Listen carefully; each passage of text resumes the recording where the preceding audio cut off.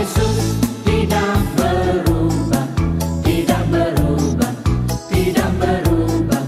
Tuhan Yesus tidak berubah, tak berubah selama-lamanya. Haleluya, haleluya, haleluya, haleluya, haleluya, haleluya. Tuhan Yesus tidak berubah, tidak berubah, tidak berubah. Tuhan Yesus tidak berubah, tak berubah selama-lamanya.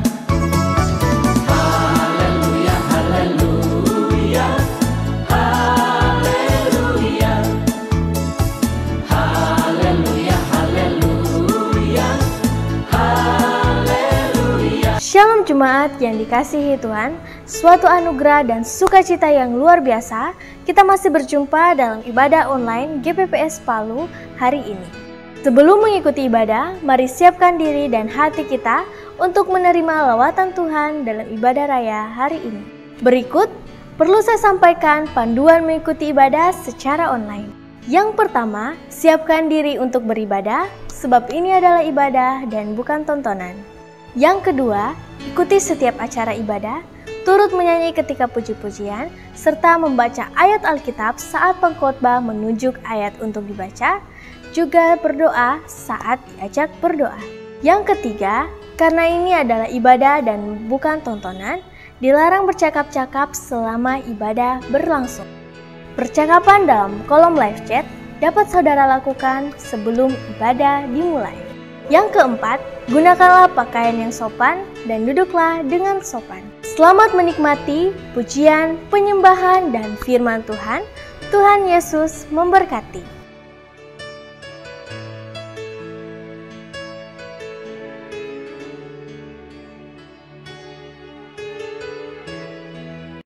Puji nama Tuhan, shalom. Sekali lagi shalom. Bapak Ibu Saudara sekalian, bersukacita pada pagi hari ini, amin. Yang bersukacita, mari berikan tepuk tangan terbaik oleh kita. Haleluya, haleluya. Kita bersyukur diberikan kepada oleh Tuhan kesempatan untuk boleh hadir pada pagi hari ini, semua karena anugerah Tuhan dalam kehidupan kita. Baik, sebelum kita masuk dalam hadirat Tuhan, mari kita satu dalam doa, kita berdoa. Terima kasih Bapak, kami bersyukur untuk pagi hari yang indah ini ya Tuhan. Kami bersyukur untuk kesempatan yang Kau berikan bagi kami untuk boleh beribadah bersama-sama, memuji, meninggikan nama-Mu, mengucap syukur atas segala kebaikan-Mu ya Tuhan. Kami bersyukur ya Tuhan, dan pagi hari ini sebelum kami masuk dalam hadirat-Mu, kami mohon biarlah Engkau sucikan dan kuduskan seluruh keberadaan kami, basuh kami dengan darah-Mu yang kudus agar kami layak di hadapan-Mu. Dan kami rindu Engkau hadir di tengah-tengah kami, bertahta di atas pujian dan penyembahan kami. Dan biarlah Tuhan, pujian dan penyembahan kami menyenangkan hati Tuhan. Terpujilah nama-Mu ya Tuhan. Di dalam nama Tuhan Yesus Kristus kami siap untuk meninggikan nama Tuhan. Haleluya. Amin. Kami bersyukur memiliki Allah yang luar biasa seperti Engkau ya Tuhan. Dari dulu, sekarang, dan sampai selama-lamanya Engkau tetap Allah, Engkau tetap Tuhan, dan Engkau tidak pernah berubah ya Tuhan. Kami bersyukur memiliki Engkau dalam kehidupan kami ya Tuhan.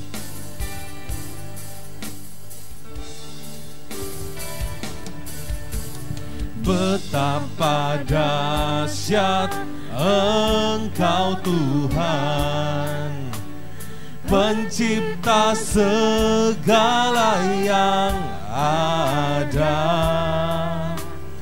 dulu, sekarang, sampai selamanya. Hanya Engkau Tuhan,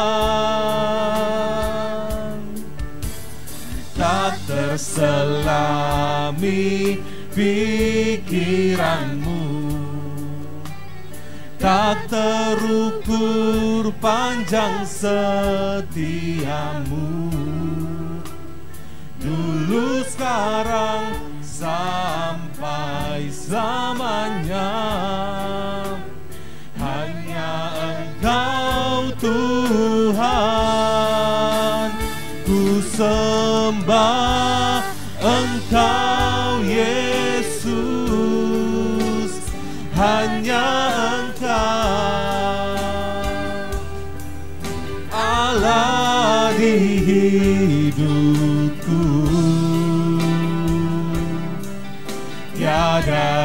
lain, hanya Kau, hanya Engkau Tuhan selamanya. Kau tetap Allah, walau dunia semua bergoncang, tak tergoyahkan, Kau tetap Allah.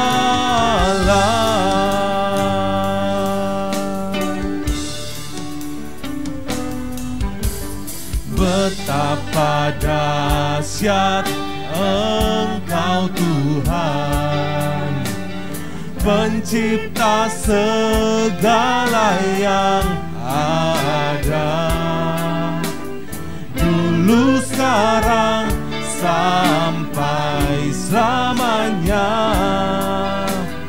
Hanya Engkau Tuhan, tak terselami pikiranmu, tak terukur panjang setiamu, dulu, sekarang, sampai selamanya.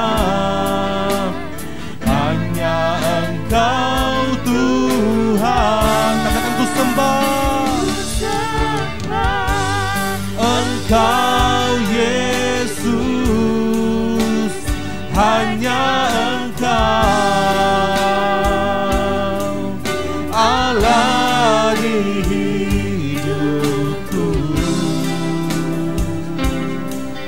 Tiada yang lain, hanya Kau, hanya Engkau Tuhan selamanya. Kau tetap Allah, walau dunia semua bergoncang, tak tergoyahkan, Kau tetap Allah. Katakan betapa dahsyat, betapa dahsyat Engkau Tuhan, pencipta segala yang ada, dulu, sekarang, sampai selamanya. Hanya Engkau Tuhan, tak terselami pikiranmu, katakan tak terukur, panjang setiamu, dulu, sekarang, sampai selamanya. Hanya Engkau Tuhan, ku sembah, Engkau Yesus, hanya Engkau Allah di hidupku. Tiada yang lain, hanya Kau, hanya Engkau Tuhan selamanya. Kau tetap Allah, walau dunia semua bergoncang, tak tergoyahkan, Kau tetap Allah. Dimuliakan,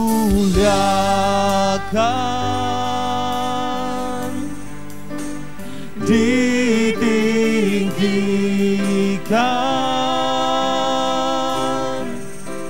Yesus Tuhan, Kau Rajaku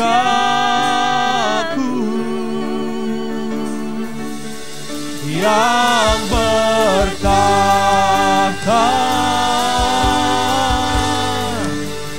yang berkuasa.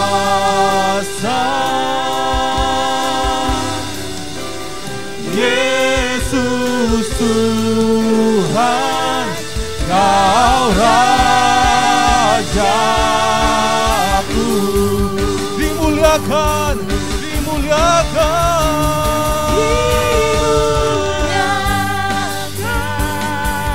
ditinggikan, Kau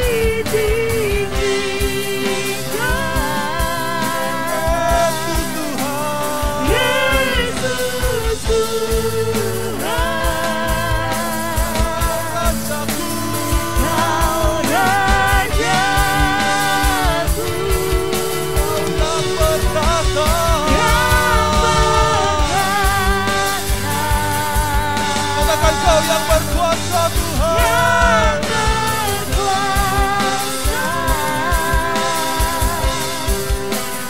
Yesus Tuhan, Kau Rajaku.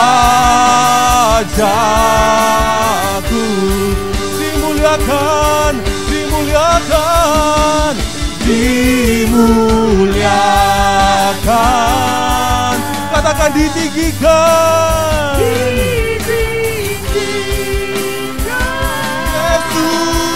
Yesus Tuhan, Kau Rajaku,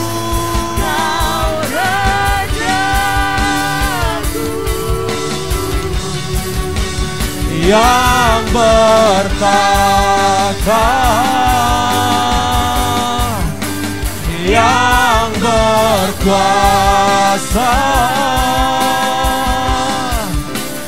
Yesus Tuhan, Kau Rajaku.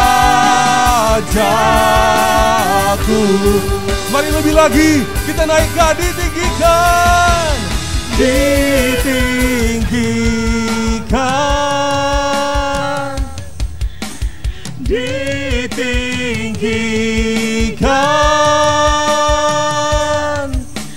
Yesus Tuhan,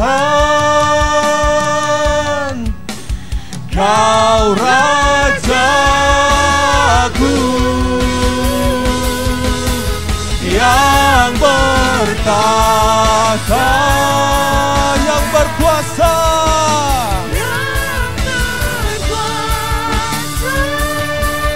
Yesus Tuhan,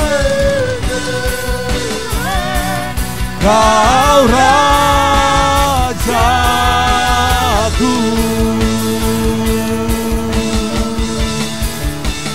Yesus Tuhan, Kau Rajaku.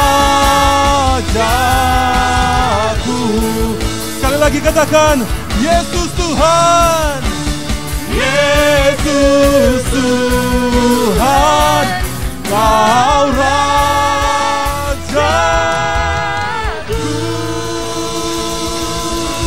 Sorak-sorai bagi Allah kita, Yesus Kristus Tuhan.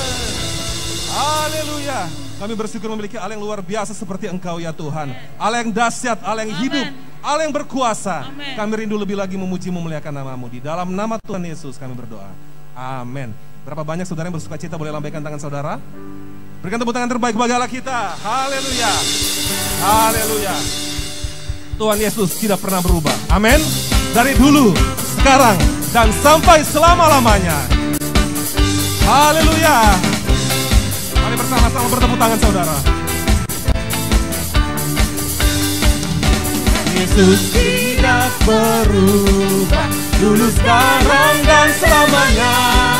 Dunia ini bisa berubah, cintanya Yesus kekal selamanya.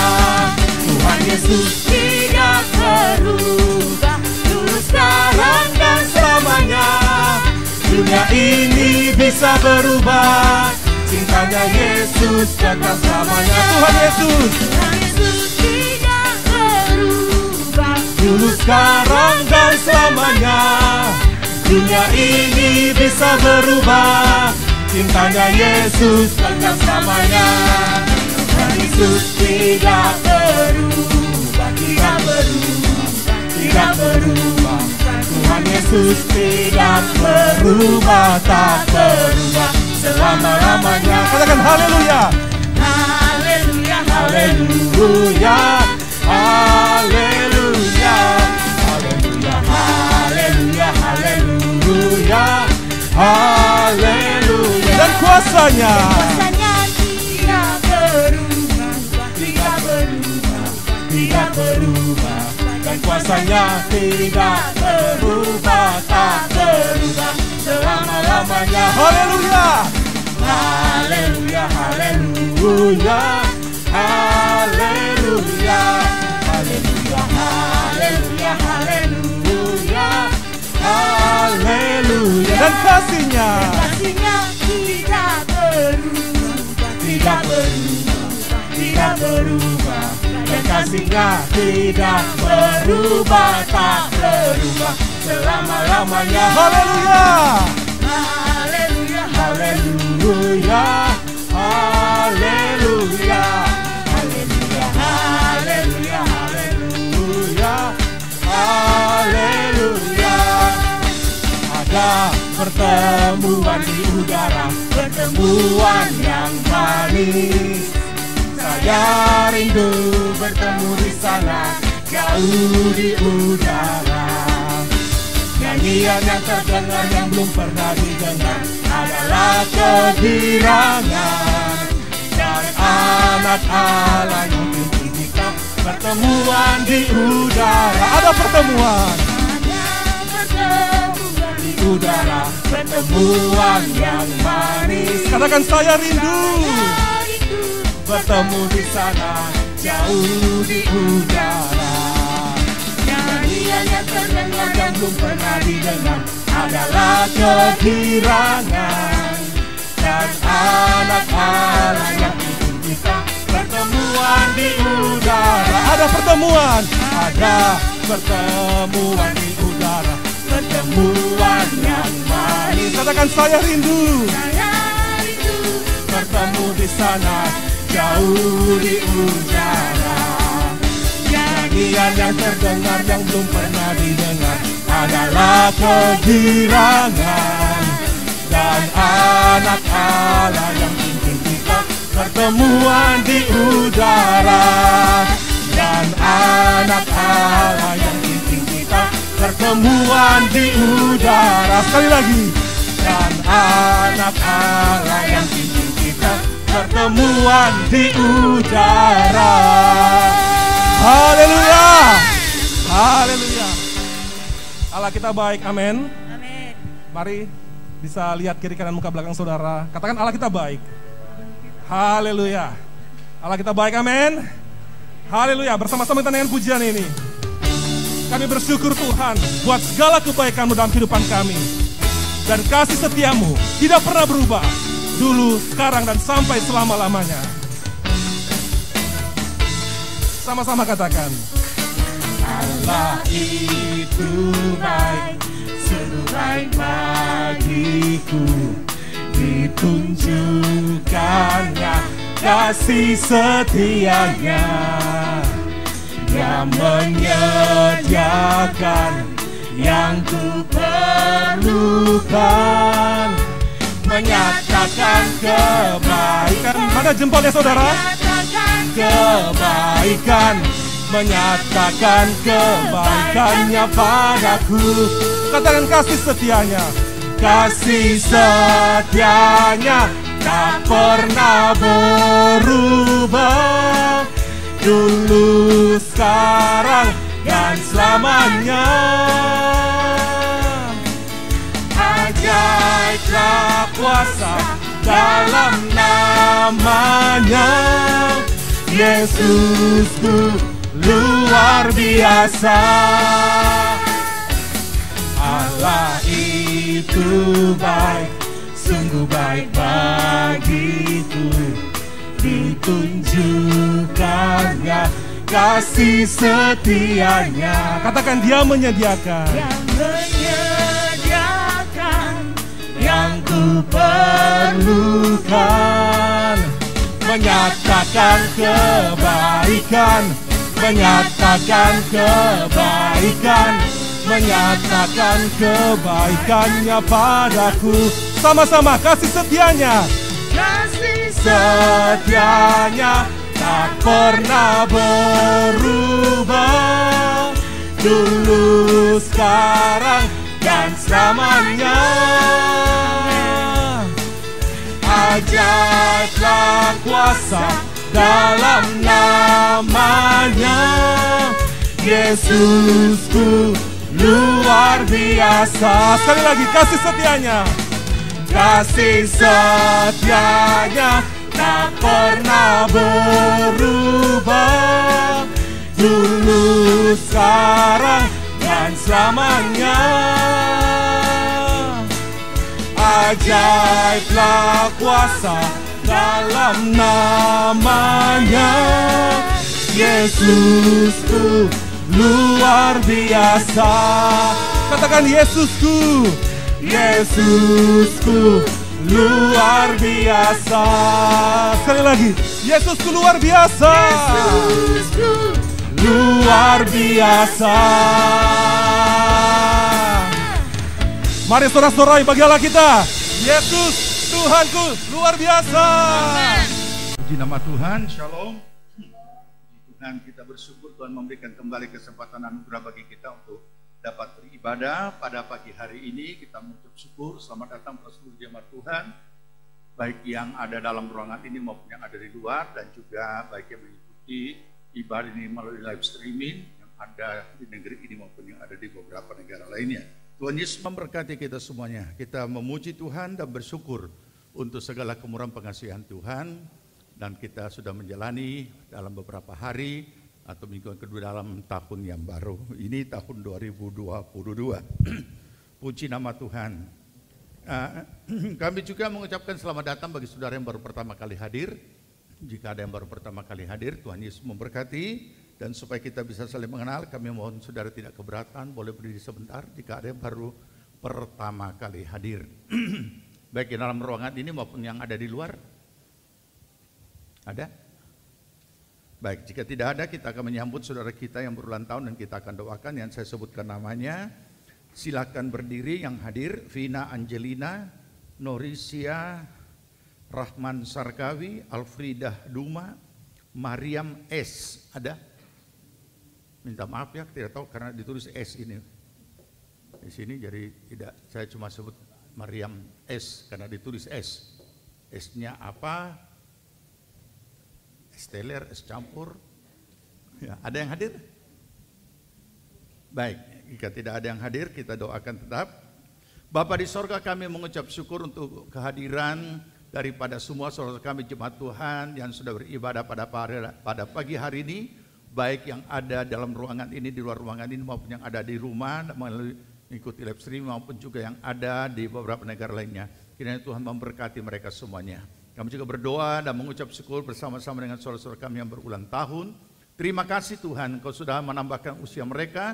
Kiranya Tuhan menilik apa yang menjadi pergumulan dan kerinduan hati mereka. Buka jalan campur tangan Tuhan mengadakan segala perkara.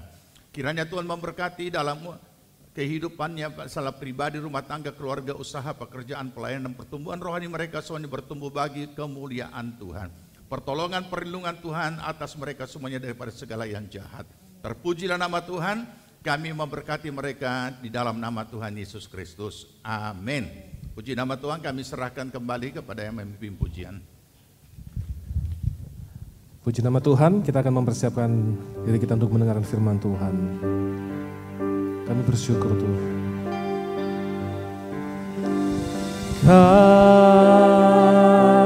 Kasih-Mu mengelilingiku,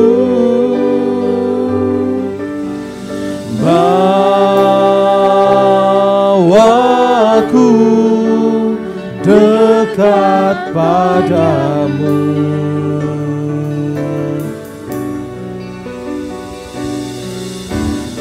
kan terbang bagaikan Raja Wali, membumbung denganmu, Rohmu pimpinku, kedahsyatan kasih-Mu.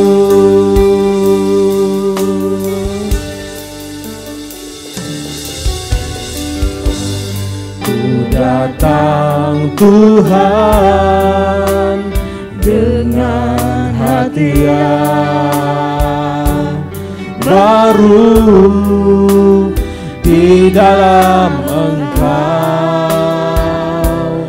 anugerah mengalir.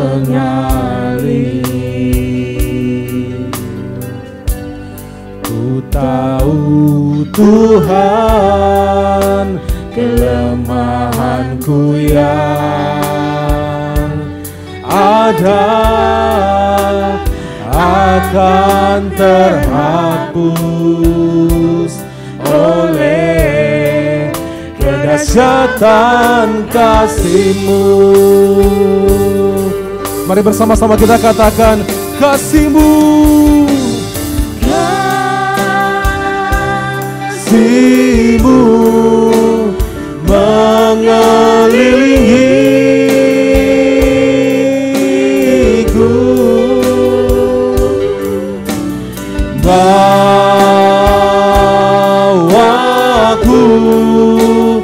dekat padamu.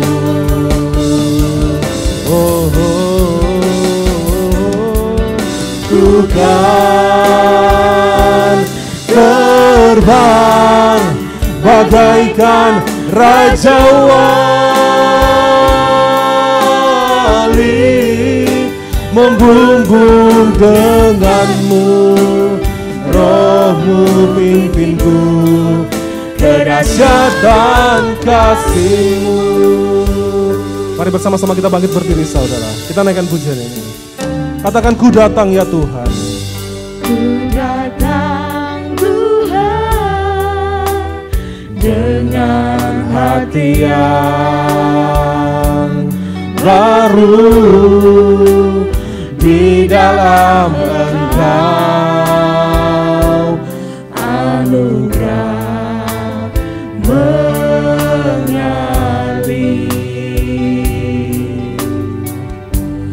Ku tahu Tuhan kelemahanku yang ada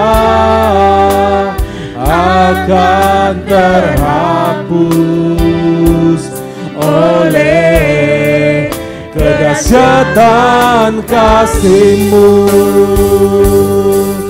Kasih-Mu Tuhan, kasih-Mu mengelilingiku,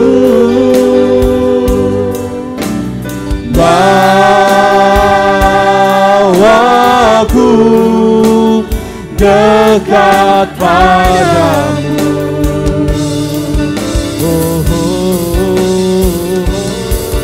Ku kan terbang bagaikan Raja Wali, membumbung denganmu, Rohmu pimpinku, kedahsyatan kasih-Mu. Mari lebih lagi katakan, kasih-Mu,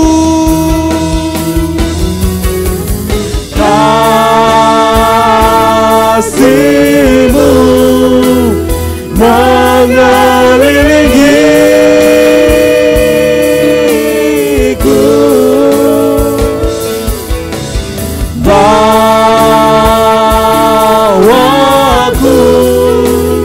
dekat padamu.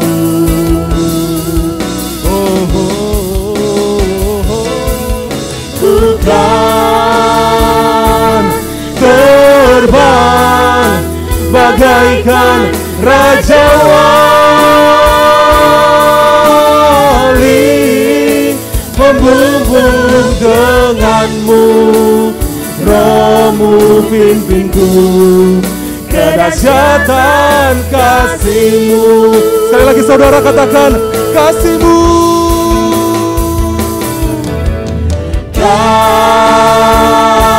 kasih-Mu mengelilingiku,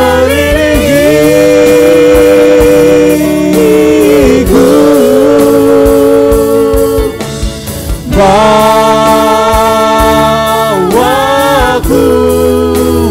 dekat padamu.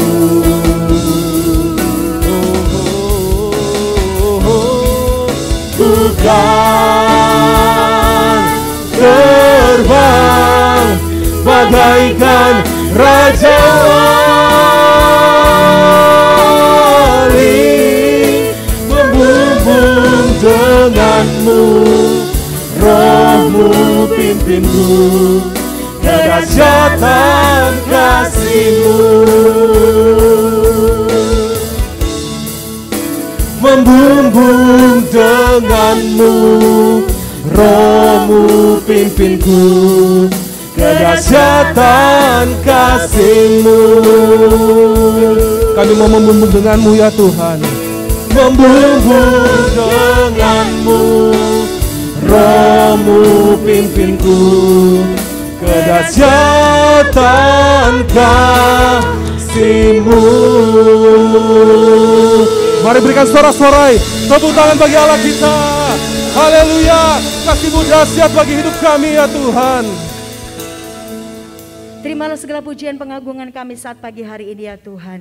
Kiranya semuanya boleh menyenangkan akan Engkau. Amin. Dan mari sempurnakan lebih lagi, sehingga semakin hari kami boleh semakin memberi yang terbaik hanya bagi Engkau. Terima kasih Tuhan. Dan saat pagi hari ini Tuhan, kami rindu untuk mendengar akan firman-Mu. Sebelumnya mari sucikan dan kuduskan segenap keberadaan hidup kami, agar kami layak menerima akan firman-Mu. Dan hamba-Mu yang Kau percayakan untuk menyampaikan isi hati-Mu bagi kami. Mari memberkati hamba-Mu dengan urapan yang baru. Nyatakanlah apa menjadi isi hati dan kehendak Tuhan bagi kami lewat hamba-Mu saat ini. Dan segala rancangan kuasa kegelapan dalam bentuk apapun, lewat apapun, serta dari manapun datangnya, yang coba-coba mengganggu pemberitaan firman Tuhan saat pagi hari ini, sesuai dengan hak otoritas iman yang Kau berikan kepada kami. Kami berseru memanggil nama Tuhan. Di dalam nama Tuhan Yesus Kristus, kami akan patahkan, hancurkan semuanya di dalam nama Tuhan Yesus Kristus. Terima kasih Bapa. Berfirmanlah bagi kami semua pagi hari ini. Amen. Dan kami menyambut kepada firman Tuhan dengan penuh pengucapan syukur, hanya di dalam nama Tuhan Yesus Kristus. Haleluya. Amin. Silakan duduk jemaat Tuhan. Puji nama Tuhan. Kita bersyukur kesempatan ini kita kembali akan mendengarkan kebenaran firman Tuhan dan belajar dari kebenaran firman Tuhan. Puji nama Tuhan. Baik saudara yang dikasihi Tuhan, kita akan sama-sama membuka Alkitab kita. Dan pada saat penataran pelayan Tuhan saya sudah sampaikan bahwa untuk minggu ini saya akan menyampaikan kebenaran firman Tuhan tentang kuasa nama Yesus, ya, kuasa nama Yesus. Oleh karena ini sangat penting sekali. Sebenarnya secara teologis setiap pribadi yang sudah terima Tuhan Yesus itu pasti paham, mengerti, karena sudah diajarkan kebenaran firman Tuhan tentang hal tersebut. Tetapi kita tahu bahwa mungkin selama ini ada hal-hal ataupun juga yang kita dengar, kemudian juga pelayanan yang mungkin kita lihat sepertinya dan bertanya-tanya, kok seperti ini ya, kenapa ya? Nah, ini penting. Apa sebab? Karena kita perlu menyadari dan memahami bahwa apa yang firman Allah katakan tentang Yesus Kristus Tuhan, ya. Jadi ini yang perlu kita pahami. Oke, baik. Mari kita akan buka Alkitab kita masing-masing di dalam Filipi 2 ayat 9 sampai ayat yang ke-11, dan poin yang pertama ini adalah nama Yesus adalah nama di atas segala nama. Ya. Jika saudara sudah temukan, mari kita sambut firman Tuhan, kita akan baca sama-sama. Filipi 2 ayat 9 sampai ayat yang ke-11 kita baca. Itulah sebabnya Allah meninggikan dia dan mengaruniakan kepadanya nama di atas segala nama, supaya dalam nama Yesus bertekuk lutut segala yang ada di langit dan yang ada di atas bumi dan yang ada di bawah bumi, dan segala lidah mengaku Yesus Kristus adalah Tuhan, bagi kemuliaan Allah Bapa. Amin. Puji Tuhan, silakan duduk. Juga firman Tuhan mengatakan bahwa kuduskanlah Kristus sebagai Tuhan. Ya saya tidak cantumkan di sini, tapi Pak sudah pernah saya jelaskan. Jadi kenapa kita perlu memahami ini? Ini sebenarnya aneh kalau kita yang sudah sekian lama ikut Tuhan, apalagi kalau orang sudah jadi hamba Tuhan, kemudian masih mau lagi mempelajari nama Yesus, nama di atas segala nama dan kuasa yang ada di dalam nama Yesus. Tetapi bagaimanapun juga pada akhirnya kita harus belajar hal ini, oleh karena sudah terjadi pergeseran pemahaman secara teologis dan secara praktek. Mungkin secara teologisnya tidak, tetapi kemudian secara praktek. Ya, secara praktek, karena kita sama-sama tahu dan semua mengakui Yesus Kristus Tuhan. Setiap pribadi harus menerima Yesus Kristus sebagai Tuhan dan Raja atas hidupnya. Itulah ciri khas daripada pengakuan iman seorang yang lahir baru. Bahwa dia sudah mengadakan penyelesaian dengan Tuhan. Mengaku dosa, minta ampun, mengundang Yesus Kristus masuk dalam hatinya. Dan mengakuinya sebagai Tuhan dan Raja atas segala Raja. Tidak ada yang lain. Tadi nyanyian ada satu lagu tadi yang bagus ya. Bahwa hanya Yesus dialah Rajaku. Ada ingat tadi lagu tadi? Apa itu? Ya, nanti sebentar kita akan nyanyikan. Nah, mari sejenak. Tetapi kemudian kita merasa jadi bingung. Dibingungkan oleh para hamba-hamba Allah yang melaksanakan pelayanan yang tanpa entah dia sadari atau tidak sadari atau ada teologi baru. Ini nama Yesus, Tuhan Yesus Kristus. Keilahiannya, dia adalah Tuhan, dia adalah Raja, dia adalah nama di atas segala nama, mulai tergeser. Walaupun mungkin dia berdoa di dalam nama Tuhan Yesus, akan tetapi di dalam pelaksanaan doa-doa itu tanpa disadari atau bagi orang yang tidak memahami, mereka tidak akan menemukan bahwa itu sudah menggeser kedahsyatan nama Yesus, Maha Kuasa, dan lain sebagainya. Apa sebab? Karena sudah disertai dengan pernik-pernik yang sebenarnya tidak pernah diizinkan oleh Alkitab orang melakukan itu. Kemudian dikenal dengan tindakan profetik. Dengan segala benda-benda profetik. Nah, inilah yang kemudian membingungkan. Tetapi bagi yang polos, dia terima saja atau tidak mengerti, memahami, ya oke, karena hamba Tuhan yang melakukan dan lain sebagainya. Makanya saya ingin ingatkan, ya, sekarang ini lebih perlu waspada.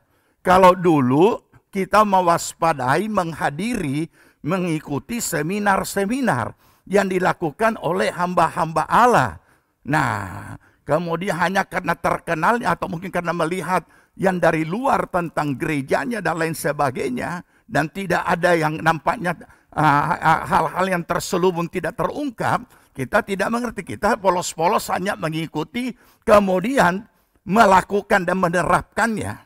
Yang berikut sekarang kita lebih hati-hati lagi. Karena mau seminar sepanjang hari, sepanjang minggu, sepanjang tahun, sepanjang bulan, kita bisa lakukan melalui apa? Melihat di medsos, YouTube, dan lain sebagainya. Sehingga kalau kita tidak punya satu pemahaman yang mendasar, maka dengan mudah kita juga terbawa-bawa melakukannya. Saudara, akibat daripada hal-hal yang ekstrim ini, sehingga kebenaran pada akhirnya juga bisa ditolak. Kenapa? Karena orang hanya melihat apa yang, kok begini ya, kok begini. Saya kasih contoh. Ketika doa pelepasan itu belum dipahami secara mendasar, secara teologis, secara kebenaran firman, maka orang akan berkata, Tuhan Yesus sudah melepaskan kita semua. Untuk apa lagi kita didoakan? Kita ambil yang positif dulu ya. Kebenarannya dulu. Nah, jadi ketika satu saat saya membawa firman Tuhan di salah satu GPPS di Makassar. Kemudian waktu itu saya menyampaikan sebuah topik. Apa itu? Yesus Kristus melepaskan kita dari segala kutuk. Karena ada ayatnya. Ia telah menjadi kutuk supaya kita dilepaskan dengan tergantung dia telah menjadi kutuk dan tergantung di atas kayu salib supaya kita terlepas dari kutuk. Nah, saudara, kemudian saya mulai menyampaikan bahwa kita ini punya hak iman di dalam Yesus Kristus untuk terlepas dari kutuk. Tetapi jangan lupa, semua perjanjian Allah yang ada hubungannya dengan manusia yang bersangkutan, itu tidak terjadi secara otomatis. Misalnya contoh, Yesus Kristus adalah juru selamat umat manusia. Apa semua manusia selamat? Apa otomatis semua manusia selamat? Loh, pasti saudara tahu kan? Ini teologi dasar. Apakah semua manusia selamat masuk surga? Hanya yang percaya. Untuk menjadi percaya, dari keyakinan kita menjadi percaya dan tahu segala-galanya, ada prosesnya. Apa itu? Mengaku dosa, minta ampun, dan undangi Yesus Kristus masuk. Darah Yesus menyucikan kita dari segala dosa, kita terima Yesus. Berarti dari pihak kita yang harus meresponi.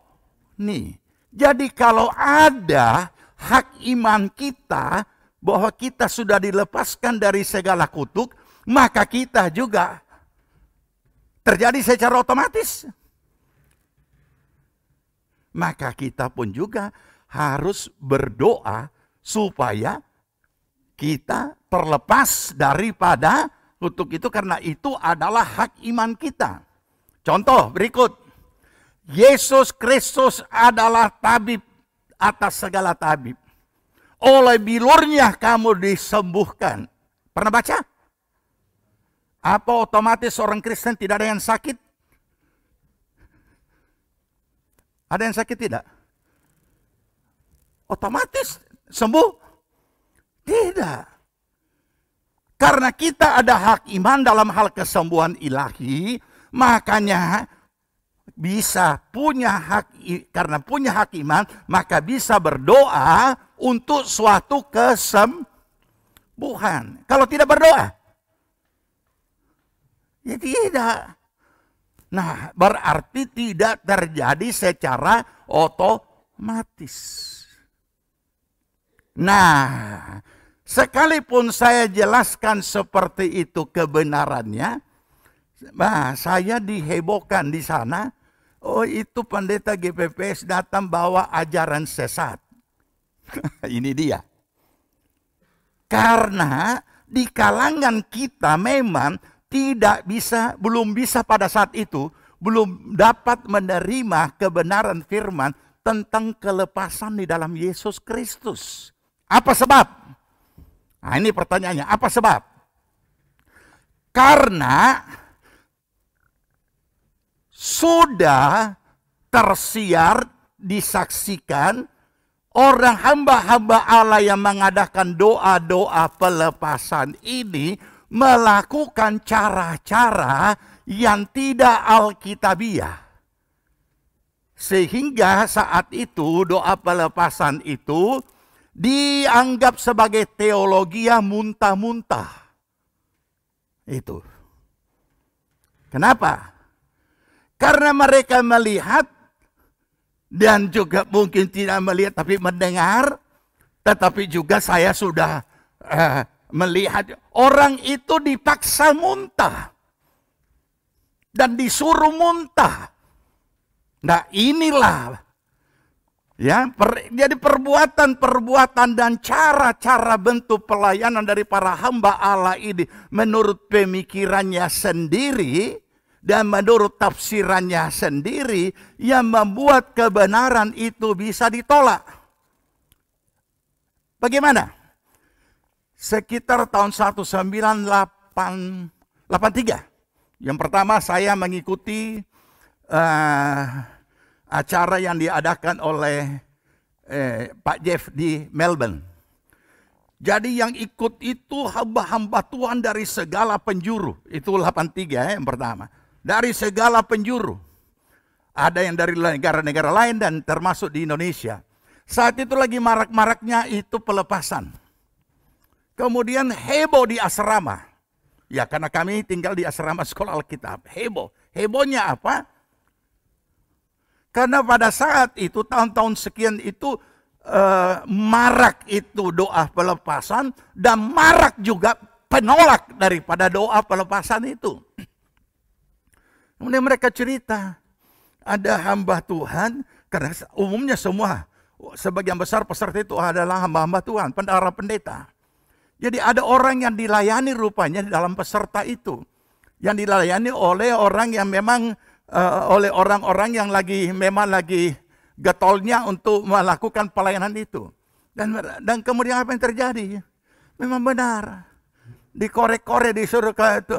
Jadi ketika didoakan, kasih keluar. Apa yang mau kasih keluar kalau tidak keluar? Kemudian apa yang terjadi? Dikasih masuk di tangan, dikorek-korek di tenggorokan. Coba saudara korek-korek tenggorokan saudara kalau tidak muntah di sini. Ya pastilah muntah. Nah akibat daripada perbuatan-perbuatan yang seperti ini, itu sebabnya jadilah menjadi negatif. Dianggaplah bahwa doa pelepasan itu adalah teologi yang muntah-muntah. Oke. Kemudian saya tidak semudah langsung.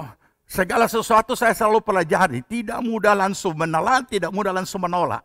Selalu mengamati, mempelajari, merenungkan dan kebenaran firman. Kemudian kami sendiri alami. Waktu baru beberapa bulan menikah.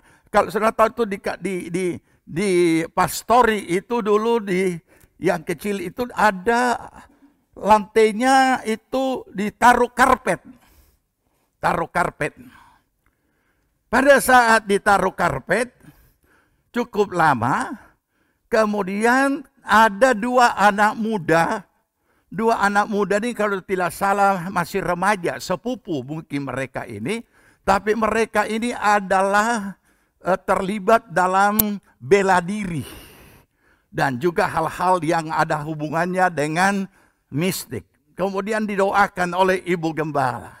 Waktu didoakan, kami juga tidak ada persiapan dan tidak tahu apa. Didoakan. Waktu didoakan, tiba-tiba dia muntah. Bukan dikorek, disuruh tusuk-tusuk itu tenggorokan. Tiba-tiba dia muntah. Muntahnya di mana? Di karpet. Karpetnya karpet yang berbulu panjang itu. Aduh, ini kalau begini bagaimana ini? Nah, mulai saat itu pengalaman itu membuat kami bongkar itu karpet, cabut dia punya karpet, supaya apabila ada sesuatu berikutnya entah siapa, berarti gampang dipel kan? Kalau karpet bagaimana mau dipel?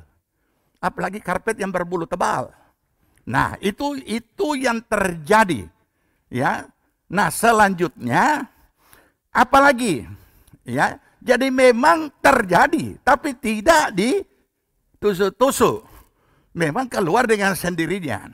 Nanti saya sampaikan juga apa yang saya pernah alami berdoa untuk seorang dari kepercayaan lain. Kemudian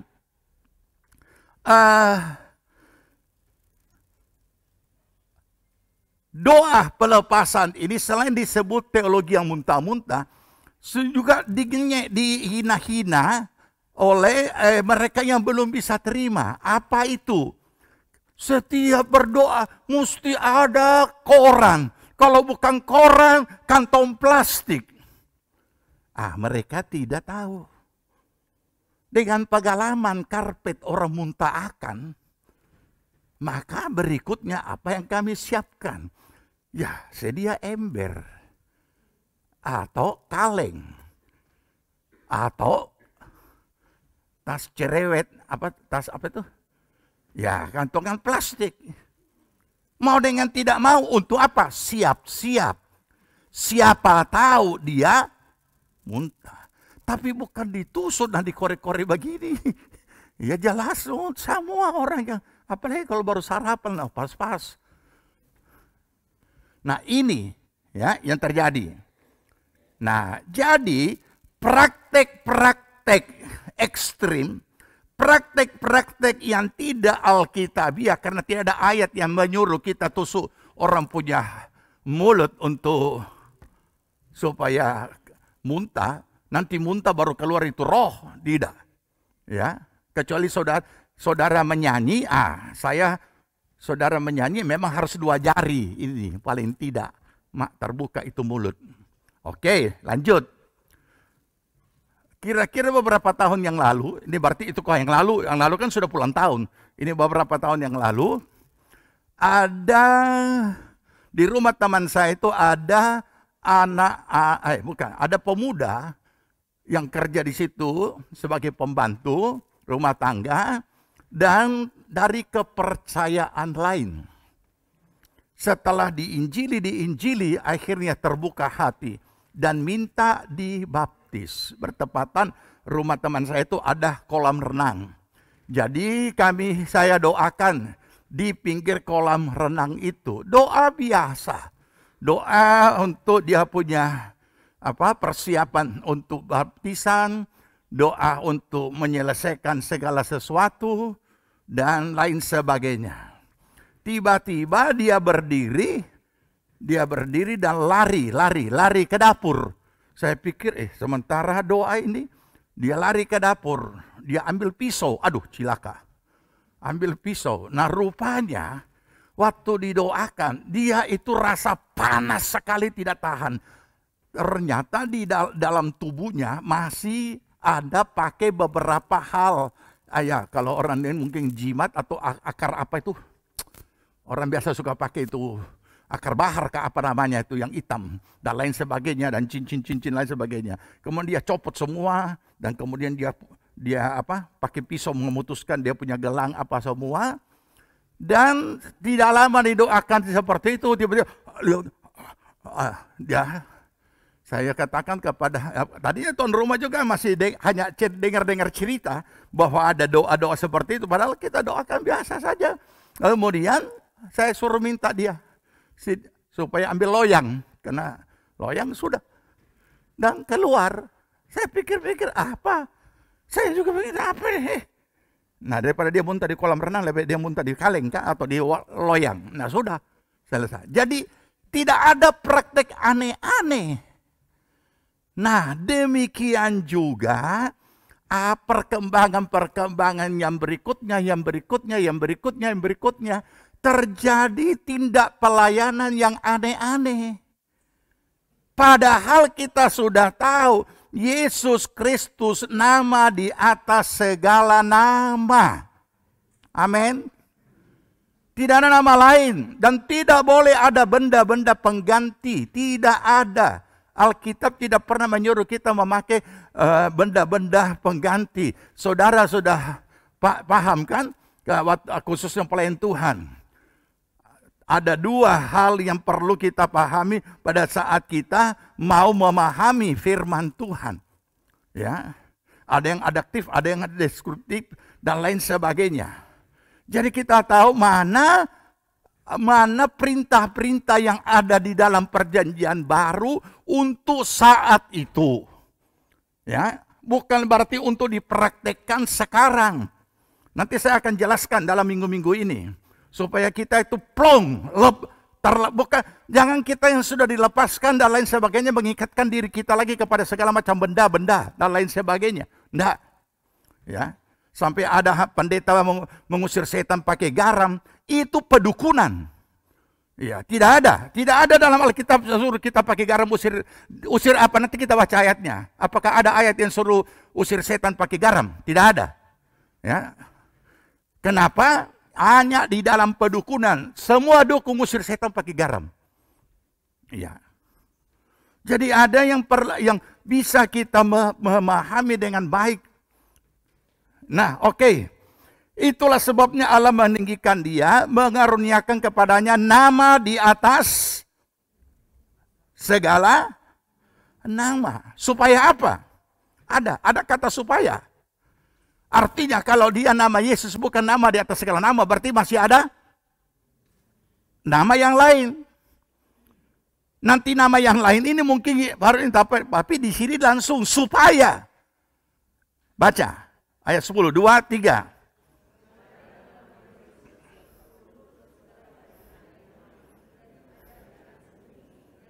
Nah ini dia. Supaya di dalam nama Yesus bertekuk lutut segala yang ada di langit dan yang ada di atas bumi dan yang ada di bawah bumi. Dan akhirnya segala lidah mengaku Yesus Kristus adalah Tuhan. Bagi siapa? Bagi kemuliaan Allah Bapa. Bagi kemuliaan Allah Bapa. Jadi tidak ada benda, tidak ada nama selain nama Yesus Kristus. Camkan itu. Tidak ada nama lain dan tidak boleh ada benda lain. Nanti kita baca ayatnya. Ini teologi ciptaan manusia, bukan Alkitab. Ya, oke. Mari kita lihat. Di dalam nama Yesus ada keselamatan. Itu pertama. Kalau tidak, kita tidak akan pernah masuk dalam kerajaan surga. Kisah Rasul 4 ayat 12 kita baca. 2, 3. Dan keselamatan tidak ada di dalam siapapun juga selain di dalam Dia. Sebab di bawah kolong langit ini tidak ada nama lain yang diberikan kepada manusia yang olehnya kita dapat diselamatkan. Tidak ada nama lain. Keselamatan adalah hidup yang kekal. Tidak ada nama lain. Jadi jangan kita lupa, camkan ini, dan ini bukan hanya untuk urusan akhirat, untuk urusan masuk surga, tetapi dikatakan tadi segala lutut bertelut. Supaya segala lutut bertelut. Ya. Oke. Supaya di dalam nama Yesus berikut. Matius 1 ayat 21. Masih sama dengan yang tadi. Di dalam nama Yesus ada keselamatan. Tidak ada nama lain. Matius 1:21, ia akan melahirkan anak laki-laki dan engkau akan menamakan dia Yesus. Karena dialah yang akan menyelamatkan umatnya dari dosa mereka. Jadi jangan lupa ya. Tuhan Yesus datang untuk menebus umat manusia dari dosa bagi yang percaya. Jangan dibalik ya. Yesus bukan menebus dosa manusia, tapi Yesus menebus manusia dari dosa. Terbalik, dosa tetap dosa. Yang berdosa adalah manusianya. Jadi ini jangan sampai keliru saudara memahami. Yesus Kristus datang untuk menebus dosa manusia. Benar? Dosanya yang ditebus atau manusianya? Ya manusianya, dosa tetap dosa. Dosa itu perbuatan. Kita yang berdosa ini yang ditebus. Manusianya, orangnya. Bukan dosanya yang ditebus, kita yang ditebus. Sebab kalau kita tidak ditebus oleh darah Yesus Kristus, pengorbanan yang di atas kayu salib, maka kita binasa. Saudara dapat memahami apa itu arti ditebus? Gampang. Mungkin kalau saya memberikan gambaran tentang masa perbudakan, mungkin sulit saudara tangkap. Tetapi sederhana. Seorang budak yang diperjualbelikan, maka dia akan dibeli, ditebus. Orangnya kan ditebus, dibeli. Dia dapat tuan yang baru. Makanya dikatakan kita sudah dibeli dengan harga yang tunai, yaitu dengan darah Yesus Kristus. Bukan dengan darah anak domba yang ada darah domba yang hewan, bukan. Kemudian apa lagi yang kita pahami? Sama dengan kalau kita yang sekarang, saudara menggadaikan suatu barang di tempat pegadaian, saudara harus tebus kan? Baru boleh balik ulang kan? Ya. Nah oke, jadi kitanya ya, manusianya, manusia berdosa ini ditebus. Ya, bukan dosanya yang ditebus, manusia berdosa yang ditebus supaya manusia itu yang sudah ditebus beroleh hidup yang kekal. Nah, oke, ya. Jadi mari kita pahami ini supaya kita tidak, karena begini, banyak beberapa nyanyian rohani itu teologianya tabalik. Jadi seolah-olah kalau kita sudah memahami, kenapa dia menebus dosa ya? Ada lagu-lagu dulu itu, lagu-lagu yang dinyanyi waktu belum marak seperti sekarang, lagu-lagu rohani masih dinyanyikan oleh artis-artis umum, kemudian menyanyikan lagu rohani yang diambil lagi dari lagu sekuler, tinggal dirubah dia punya apa nih? Dia punya lirik. Iya, ada salah satu yang judul lagu itu apa? Yesus penebus dosa. Apa benar? Cocok itu judul lagu? Yesus penebus dosa. Nah, jadi kalau kita tidak mendalami dan merenungkan dengan suatu pemahaman yang benar, maka kita akan juga memiliki sikap yang tidak benar. Yesus penebus umat manusia dari dosanya. Ya. Oke. Sekarang kita lihat bagian berikutnya, ya. Di dalam nama Yesus ada kesembuhan.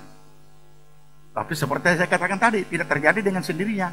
Harus didoakan atau dia sendiri berdoa. Nah, kalau terjadi dengan sendirinya, oh puji Tuhan, tidak ada orang Kristen yang sakit. Apalagi tidak ada, pastilah tidak ada gereja yang mau bangun rumah sakit kan. Tapi nyatanya kan ada. Nyatanya juga saudara sakit, pernah sakit. Dan ada juga yang agak kurang-kurang enak badan, menuju gejala kepada yang sakit. Jadi kita lihat ini peristiwa apa ini? Ya, kita baca dulu, nanti kita lihat kisahnya. Kisah Rasul pasal 4. Pasal 4 ayat 8 sampai ayat yang ke-10. Kita baca gantiannya. Kisah Rasul pasal 4 ayat 8. Maka jawab Petrus penuh dengan Roh Kudus, hai pemimpin-pemimpin umat dan tua-tua. Silakan. 9, 2, 3. Jika kami sekarang harus diperiksa karena sesuatu kebajikan kepada seseorang yang sakit dan harus menerangkan dengan kuasa manakah orang itu disembuhkan, maka ketahuilah oleh kamu sekalian dan oleh seluruh umat Israel bahwa dalam nama Yesus Kristus orang Nazaret yang telah kamu salibkan, tetapi yang telah dibangkitkan Allah dari antara orang mati, bahwa oleh karena Yesus itulah orang ini berdiri dengan sehat sekarang di depan kamu. Itu peristiwa apa? Orang yang lumpuh di pintu El. Mereka datang ke rasul-rasul datang ke bait Allah untuk berdoa, dan ada yang sedang duduk di situ. Alkitab menulis lumpuh dari sejak lahir. Dia sudah cukup lama di situ untuk meminta sedekah. Ketika Petrus dan kawan-kawan akan masuk, ia juga mengharapkan mendapat sesuatu dari mereka. Apa kata Petrus? Emas dan perak tidak ada padaku, tapi apa yang ada padaku kuberikan kepadamu di dalam nama Tuhan Yesus. Berdiri dan berjalanlah. Maka ia langsung berdiri dan berjalan. Kemudian ramai jadi persoalan. Kenapa jadi persoalan? Ini dengan kuasa apa? Bayangkan saudara, bukan mensyukuri orang lumpuh bisa sembuh, yang mereka persoalkan teologianya. Ini dari kuasa apa ini? Itulah jawaban Petrus. Inilah yang namanya mujizat kesembuhan. Kesembuhan dan mujizat kesembuhan sama-sama sembuh, prosesnya yang berbeda. Mujizat itu spontan, langsung, kayak sulap tapi bukan sulap. Ini kalau sulap tipuan dan trik.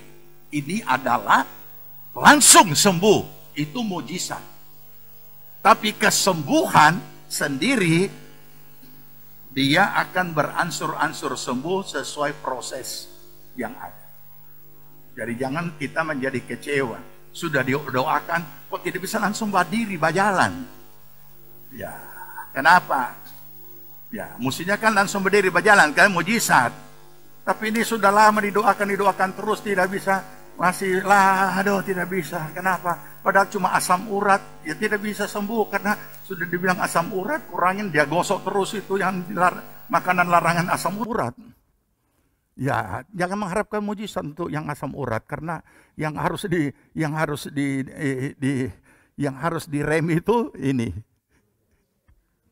Ya, tidak usah berdoa untuk yang asam urat, atau tidak usah panggil siapa pendeta untuk berdoakan. Nah, tinggal pesan di dapur, masakan yang tidak ada,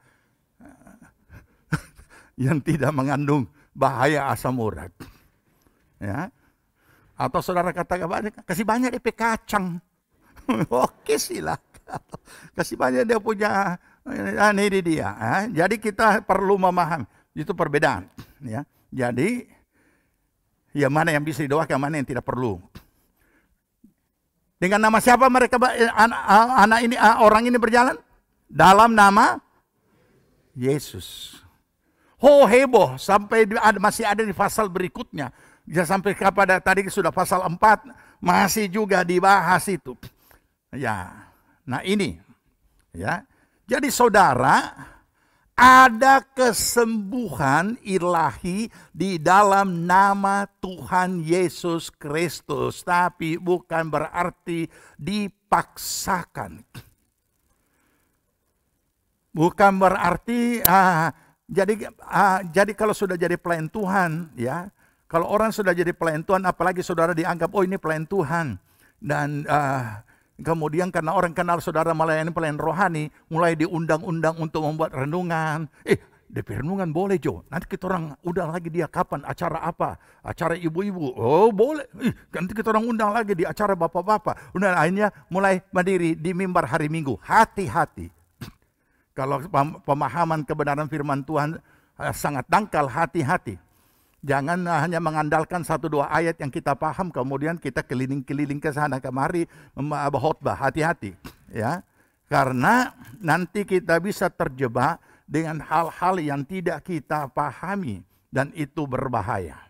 Jadi lebih baik belajar dan belajar dan belajar supaya kita mengerti kebenaran firman Tuhan.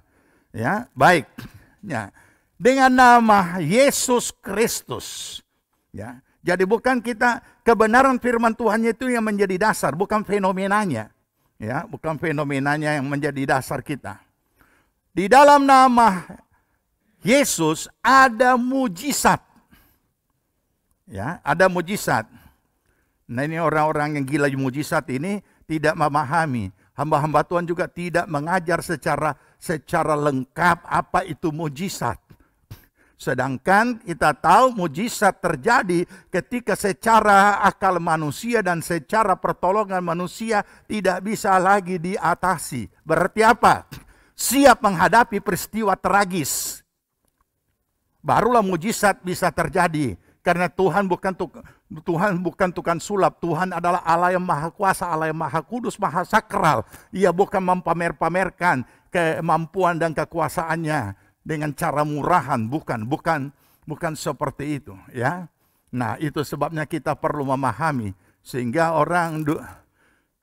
orang-orang yang tidak seolah berdoa memaksakan Tuhan.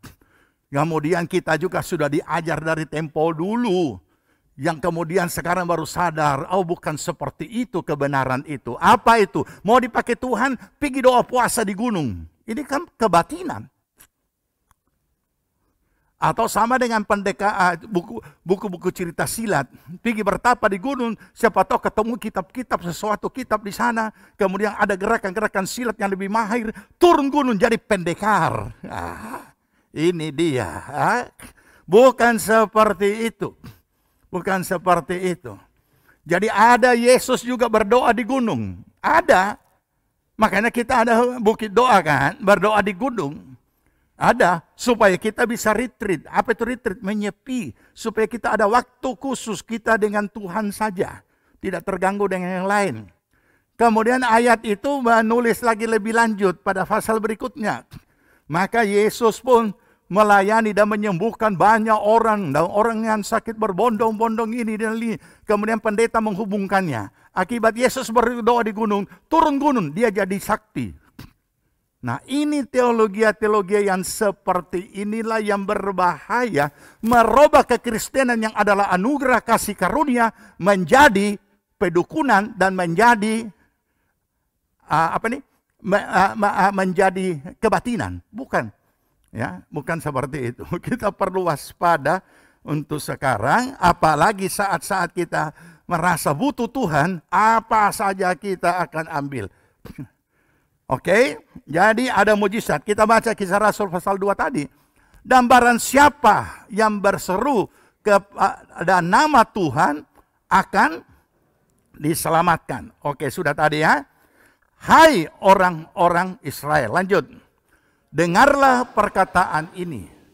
Yang aku maksudkan ialah Yesus dari Nazaret. Seorang yang telah ditentukan Allah. Dan yang dinyatakan kepadamu dengan kekuatan-kekuatan. Dan mujizat-mujizat. Dan tanda-tanda yang dilakukan oleh Allah. Dengan perantaraan Dia di tengah-tengah kamu. Seperti yang kamu tahu. Ini masih persoalan anak tadi ini. Orang lumpuh tadi ini. Ada mujizat. Dan itu Tuhan punya mau. Kapan dia mau lakukan. Ada janji mujizat. Kita boleh berpegang kepada janjinya. Tapi bukan memaksakan Tuhan. Untuk melakukan kita punya kehendak. Ada hamba Tuhan berkhotbah di YouTube seperti ini. Mau dengar suara Tuhan? Sembahyang puasa 40 hari. Saudara pasti dengar suara Tuhan. Kalau tidak dengar suara Tuhan, datang kepada saya. Aduh, saya jadi kaget dengar ini khotbah seperti ini. Jadi saudara, saya ingin ingatkan khususnya para pelayan Tuhan yang sudah mulai berkhotbah, sudah mulai memberikan satu pelayanan firman, hati-hati ngomong. Karena kadangkala kita ngomong terbawa dengan emosional kita sendiri, kata-kata kita bisa keluar tanpa dikontrol, itu bahaya, dan itu bukan dari Tuhan. Kemudian ia pun berpuasa 40 hari. Setelah berpuasa 40 hari, Tuhan tantang dia. Karena dia dengar suara Tuhan. Apakah kamu siap untuk puasa 100 hari? Apakah Tuhan harus melakukan itu? Andai kata toh seperti itu kalimat yang tidak boleh dikeluarkan di mimbar. Karena itu sama dengan kita hamba Tuhan, mempamerkan diri kita, kehebatan kita. Saya ini begini karena puasa 40 hari. Saya ini begini karena puasa 100 hari. Hati-hati kita. Ya, tanpa kita sadar, itu bagian dari kesombongan rohani yang sudah merampas kemuliaan Tuhan. Sekalipun masih diragukan, apa memang dia dengar suara Tuhan suruh puasa 100 hari? Ada beberapa hamba Tuhan yang saya amati baik di buku maupun juga di medsosnya, di channelnya. Selalu, jadi hati-hati ya. Saya tidak mengajar ini saudara untuk menghakimi hamba Tuhan. Tapi saya harus mengajar saudara bagaimana memprotek diri.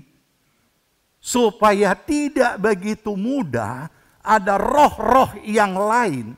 Jangan kira kalau hamba Tuhan berbicara ketika dia keluar konteks, itu ada roh lain. Dan itu bisa transfer. Kita tidak perlu selalu membawa keberadaan kita untuk kita selipkan di khotbah. Walaupun itu hal rohani, harus hati-hati. Ya. Andai kata saya berpuasa 40 hari, tidak perlu saya kasih tahu. Dan tidak perlu saya jadikan doktrin. Karena itu pengalaman pribadiku. Bukan pengalaman orang lain. Ya kan? Nah, jadi kita perlu berhati-hati. Ya. Jangan kita membuat doktrin baru yang tidak ada di dalam Alkitab. Nah, ini kuasa nama Yesus. Ada mujizat. Ya, tapi jangan lupa, selalu diingat. Kehadiran mujizat selalu dibutuhkan terjadinya lebih dulu peristiwa tragis. Pilih mana? Hamba-hamba Tuhan mengajar tentang mujizat untuk hal-hal kesenangan. Membuat mereka itu jadi tidak berpikir secara secara akal sehat atau secara wajar atau pertumbuhan rohani yang wajar. Jadi penanaman kata mujizat dan pengalaman rohani tentang mujizat yang ditanamkan oleh gereja lewat mimbar-mimbar membawa orang ini terima beres, terima kelar. Berdoa saja, nanti Tuhan atur. Kamu tidak akan di PHK. Siapa bilang kalau pemalas dan bodoh dan tidak ada kinerja semakin buruk, apakah Tuhan akan bela? Tidak. Saudara akan dikeluarkan. Apalagi kalau saya yang jadi direkturnya, saya kasih keluar langsung. Ya, karena tidak alkitabiah. Jadi kemudian apa? Kemudian doa-doa juga dipakai jadi mantra. Jadi mantra apa? Jadi ini sebenarnya doa itu tidak salah. Tapi doa itu disalahgunakan oleh umat Tuhan yang tidak paham. Ya, jadi bagi sebelum karena diajar, sebelum menghadap bos, ikat memang semua itu roh-roh jahat yang ada sama bosmu. Ya, taklukkan dia dalam nama Yesus. Aku taklukkan engkau dalam nama Tuhan Yesus. Taklukkan roh marah, roh dalam nama Yesus. Ikat. Orang lain dilepaskan, dia ikat. Dan betul ya, bos rupa tak ikat. Rupa orang bodoh-bodoh menghadap saya. Saudara, doa bukan mantra. Ya? Dan tidak benar harus dilakukan seperti itu. Harusnya dia tahu dia kekurangan, dia datang mengaku, ya bos, minta maaf saya memang salah. Tadi lagi nih, sudah. Jadi kenapa orang Kristen diajar mantra? Nah ini, kenapa berdasarkan itu ayat. Apa yang kamu ikat di bumi terikat di sorga. Apa yang kamu lepaskan di bumi terlepas di sorga. Tahu konteksnya. Jangan kau ikat itu bos, kasihan. Mati dia, kamu kehilangan pekerjaan. Nah ini yang perlu kita pahami. Lama-lama dia jaga juga itu ya. Dalam nama Tuhan Yesus. Dalam nama Tuhan Yesus. Dia suka apa kita. Dia suka apa kita. Dia suka apa kita. Dia suka apa kita. Ini apa? Hah? Dalam nama Tuhan Yesus. Dia punya hati yang keras terhadap saya. Aku hancurkan dia. Dalam nama Tuhan Yesus. Dalam nama Tuhan Yesus. Dia jatuh cinta padaku. Dia jatuh cinta. Ini apa? Begitu dia lihat, orang PB ini tak salah. Tak salah sasaran dia berdoa. Orang pelaki tak salah sasaran. Memang bisa jadi begitu, kadang sudah jadi begitu. Saya sudah saksikan beberapa waktu yang lalu tidak enak kan. Sebuah mau dikatakan gereja juga mungkin gereja atau persekutuan yang milik seorang ibu. Kemudian dia punya WL, jago, gagah, hebat ini. Tiba-tiba berbuat dia, Tuhan suruh dia kawin dengan itu WL yang sudah punya anak istri. Dan mereka kawin. Akhirnya bercerai. Kenapa bercerai? Supaya bisa kawin. Itu sangat heboh. Kalau saudara tanya di Surabaya, semua orang tahu. Sampai seperti itu. Aduh. Ini gara-gara mantra. Mantra Kristen. Saya baru ingat, tapi mungkin tidak perlu. Waktu masih masa-masa apa ini? Di Poso ada kan? Ada yang didoakan, ada yang punya mantra, ditulis di sini di kertas. Saudara tahu, semua mantra itu adalah mantra Kristen.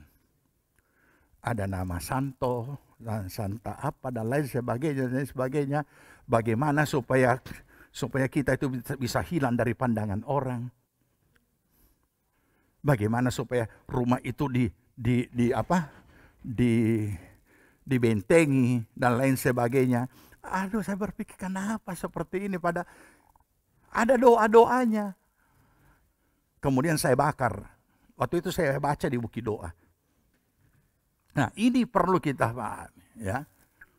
Jadi di dalam nama Tuhan Yesus Kristus tidak ada nama lain dan tidak ada pengganti benda lain. Yang berikut, yang kelima adalah mengusir setan di dalam nama Yesus. Matius 16 ayat 17. Siapa yang masih takut setan di sini? Dia bilang, aduh kita tidak takut setan. Kita cuma takut maitoba setan. Ya. Terus maito juga balas. Memang juga. Kita juga tidak takut. Biar maito tidak pulang-pulang juga, kita sendiri tidak takut setan. Kita malah takut kalau dia pulang soba setan. Nah sama lah dua-dua akhirnya jadi apa? Setan dan setan. Ya, oke. Nah, mari kita baca Markus 16 ayat 17. 2, 3. Tanda-tanda ini akan menyertai orang-orang yang percaya. Mereka akan mengusir setan-setan demi namaku. Mereka akan berbicara dalam bahasa-bahasa yang baru bagi mereka. Mereka akan memegang ular dan sekalipun mereka minum racun maut, mereka tidak akan mendapat celaka. Mereka akan meletakkan tangannya atas orang sakit dan orang itu akan, kata akan berarti bukan seketika. Ya, kalau seketika sembuh berarti mujizat kesembuhan. Oke, yang lain kita itu kan kepada urutan-urutan berikutnya. Tapi yang dimulai di sini adalah mereka akan mengusir setan-setan. Pakai apa? Pakai garam? Pakai tepung? Pakai minyak urapan? Sampai minyak urapan diperdagangkan di gereja. Dan bukan cuma di gereja. Pebisnis, pernik-pernik ini nangkap. Saudara pergi di toko buku, kalau dulu toko buku Kristen ya, tapi di sana juga ada dijual aksesoris. Semua benda-benda itu ada dijual di situ. Ada dijual anggur, ada dijual tongkat, ada dijual tepung, ada dijual minyak urapan, dan lain sebagainya. Ini semuanya, menyakiti hati Tuhan. Kenapa? Tuhan disingkirkan, namanya disingkirkan. Nanti kita akan lihat apa dampak fisiologisnya dan apa dampak imannya terhadap benda-benda yang seperti itu. Saya hanya kasih garis besar. Nanti berikut saya akan jelaskan lagi. Ya, awalnya saya amati, saya pelajari, saya amati. Aduh, ini tidak bisa dibiarkan terus seperti ini. Umat Tuhan bisa jadi masalah imannya. Apa yang kita lihat lagi? Mengusir setan-setan demi namaku. Tidak ada nama lain. Nama di atas segala nama. Saya ingatkan para pendoa yang suka doa-doa keliling, hati-hati. Ya, jangan pakai benda-benda lain. Hanya nama Yesus Kristus. Ini para pendoa keliling, pendoa syafaat ini sangat berbahaya. Karena pada akhirnya mereka bukan lagi mengandalkan Tuhan. Apa dampak fisiologisnya? Dan apa dampak terhadap iman kita? Iman kita beralih kepada benda itu. Karena benda ini, makanya aman. Karena benda ini, makanya setannya sudah keluar. Karena anggur perjamuan sudah disiram di atas kuburan keramat, makanya ia tidak berdaya lagi. Bukan nama Yesus, tapi benda. Dan kalau memang benar-benar itu aman, oh ya, dapat ingat lagi, oh ada yang ditanam di sana. Oh ada yang dipatok di sana, ada yang ditaruh di sini, ada yang ditaruh. Bukan. Saudara jemaat punya hak menolak siapapun yang berdoa dengan cara seperti itu. Dan kalau ada yang melakukannya di GPS Palu, laporkan kepada saya. Tidak ada dasar kebenaran ayatnya dalam firman Tuhan, tidak ada. Itu teologi ciptaan manusia. Banyak sekali teologi ciptaan manusia menurut yang sebenarnya bukan teologi, diteologiakan. Ya, nanti kita akan, karena sudah akhir zaman, kita akan bongkar satu-satu semua. Ya, supaya kita kembali kepada back to the Bible. Kembali kepada kebenaran firman. Jangan pernah pribadi Yesus digantikan dengan benda-benda. Tadi ada yang apa? Ditinggikan ya, dimuliakan Yesus Tuhan. Kau, siapa bilang kau rajaku? Kalau ada pengganti, sudah ada benda-benda pengganti. Nah, kita sudah tahu, makanya kita sudah tahu apa itu iman. Iman pakai benda untuk terima Yesus? Tidak. Sekarang saya tanya, benda apa yang paling populer di setiap gereja? Ayo. Sehingga di mana-mana gereja pasti itu benda ada. Salib. Pernahkah ada pendeta yang pakai salib mengusir setan? Pernahkah ada ayat yang menyuruh kita pakai itu salib mengusir setan?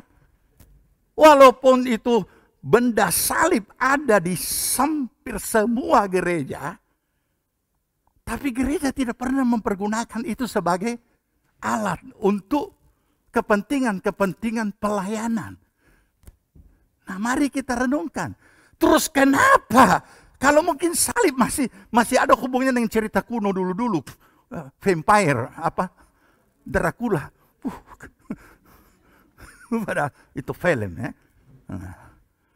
Kemungkinan kalau ini jadi populer, orang mungkin lagi masih bisa memahami, oh iya, salib. Tapi kalau itu tepung, garam, minyak, dan lain sebagainya, di mana? Bandera, di mana? Ada di mana itu ayat?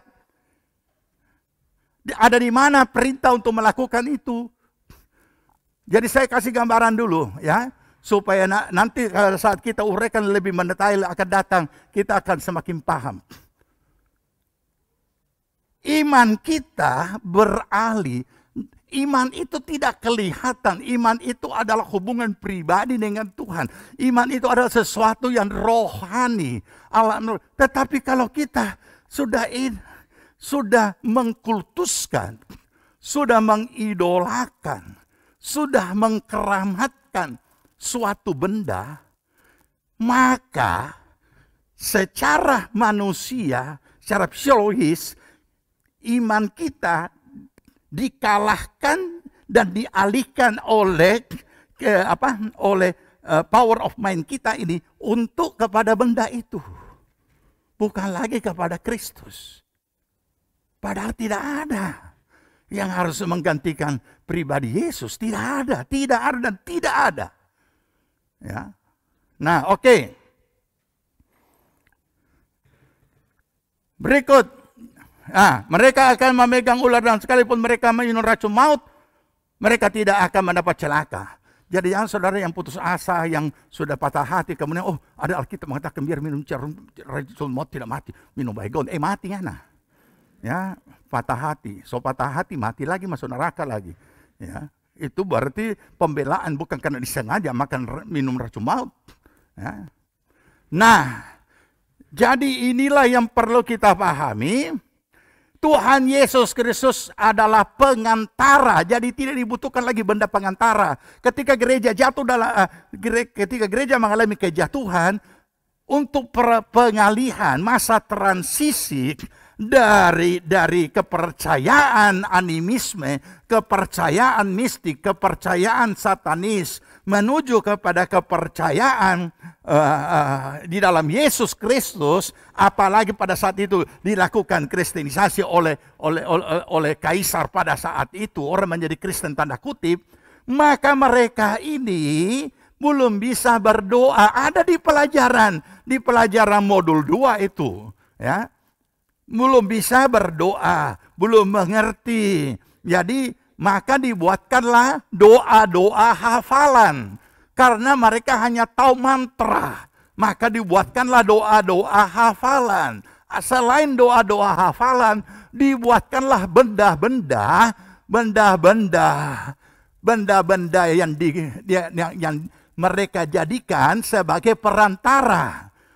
Ada gambarnya Yesus, ada patungnya santa-santa, orang-orang kudus, dan lain sebagainya. Sebab apa? Mereka orang-orang kepercayaan animisme ini tidak bisa kalau tidak ada perantara media. Kita tidak perlu lagi ada media perantara. Kenapa? Karena Yesus Kristus adalah satu-satunya pengantara. Mari kita baca. 1 Timotius pasal 2 ayat 5 dan 6. 2, 3. Karena Allah itu Esa dan Esa pula dia yang menjadi pengantara antara Allah dan manusia. Yaitu manusia Kristus Yesus. Yang telah menyerahkan dirinya sebagai tebusan bagi semua manusia. Kesaksian pada waktu yang ditentukan. Siapa perantara? Siapa perantara? Boleh benda-benda jadi perantara? Iman saudara? Kalau boleh benda-benda menjadi perantara iman saudara, untuk apa saudara jadi orang Kristen? Untuk apa terima Yesus? Sebagai yang dikatakan sebagai satu-satunya perantara. Bisakah saudara berdoa tanpa benda? Bisa enggak? Oh, kita kurang konsentrasi. Ya sudah, berarti saudara bukan orang percaya. Nah ini. Mari kita sadari dan bertobat. Berikut. Ibrani 6 ayat 19. Pengharapan itu adalah sau, baca, yang kuat dan aman bagi jiwa kita. Yang telah dilabuhkan sampai ke belakang tabir. Di mana Yesus telah masuk sebagai perintis bagi kita. Ketika ia menurut peraturan Melkisedek menjadi imam besar sampai selama-lamanya. Apa yang terjadi ketika Yesus disalib? Tirai, tabir bait Allah terbelah. Tidak ada lagi penghalang untuk orang langsung dengan Tuhan. Karena Yesus yang sudah jadi perantara. Makanya di dalam namanya ada jaminan jawaban doa. Ada keselamatan. Ada kesembuhan. Ada pertolongan. Segala sesuatu tersedia di dalam Yesus Kristus. Dan mari kita lihat. Bagaimana pelayanan-pelayanan itu pada ujungnya. Apa bentuk hasilnya. Kita baca. Dalam nama Tuhan Yesus menjadi termasyur. Kisah 19 ayat 17. Ya, saya kasih hari ini saya kasih garis besar saja dulu. 2, 3. Hal itu diketahui oleh seluruh penduduk Efesus, baik orang Yahudi maupun orang Yunani, maka ketakutanlah mereka semua dan makin masyhurlah nama Tuhan Yesus. Ada hal yang sangat luar biasa di situ yang terjadi di Efesus. Sehingga mereka menjadi kentara. Siapa yang terkenal? Siapa yang termasyhur? Nama Tuhan Yesus, bukan nama rasul-rasul. Apa yang terjadi pada gereja Tuhan pada akhir zaman? Masing-masing berusaha mempunyai identitas diri.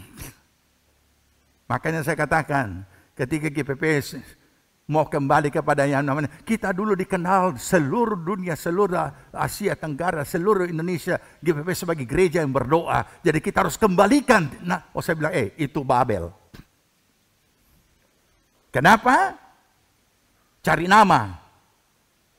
Dulu GPPS diidentikan dengan gereja berdoa karena memang pemimpinnya, foundernya, kerjanya doa dan selalu dididik kita berdoa sehingga muncul filosofi doa. Banyak berdoa, banyak berkat, sedikit berkat, tidak berdoa, tidak ada berkat. Oke. Tapi itulah hamba Tuhan yang bersangkutan itu yang telah melakukan dengan sepenuh hati, dari segenap diri, segenap hidup melakukan itu. Beliau melakukan bukan untuk cari kepujian, bukan cari identitas diri. Tapi kita yang sekarang ini mau melakukan itu supaya cari nama, Tuhan bisa marah. Saya bilang stop. Biarkanlah Tuhan memakai GPPS menurut apa Tuhan punya mau, bukan kita yang menetapkan. Ada lagi hamba Tuhan, teman, dia sudah buat kartu nama. Dan dia tulis itu, spesialis kesembuhan. Ini karu. Saya berpikir, kenapa jadi seperti ini? Kita dipakai Tuhan, ini cuma pengasihan Tuhan. Bukan kita yang tentukan saya karunia ini, kamu karunia ini. Bukan. Ini bukan dokter, bisa dokter umum. Kemudian tulis masuk spesialis. Bukan. Ini karunia Pak, bukan karena, Nah inilah dia. Siapa yang dimasyhurkan? Nama Tuhan. Nama Tuhan. Dan Alkitab sudah mengatakan di dalam Kejadian pasal 12 kan ketika panggilan Abraham. Aku akan memasyhurkan namamu. Jadi tidak usah kita cari kemasyhuran. Layani saja sesuai dengan apa yang Tuhan karuniakan. Nanti semuanya itu akan menjadi identitas sendiri. Bukan kita yang tentukan. Kartu nama, spesialis kesembuhan. Ternyata tidak sembuh. Nah ini dia. Ya. Jadi makin masyhurlah nama Tuhan. Gampang. Jadi gampang. Kita tidak usah menghakimi, tapi gampang kita melihat. Ini hamba Tuhan ini pemberitaannya apa? Apa tujuannya dia mengklaim dia punya pengajaran paling benar? Apa tujuannya dia begini-begini? Ujung-ujungnya ini memasyhurkan nama. Kita tidak mau cari masyhur nama. Saya selalu ingatkan, kita hamba Tuhan bekerja dengan senyap bagi kemuliaan Tuhan. Nanti Tuhan sendiri yang akan memasyhurkan, bukan kita.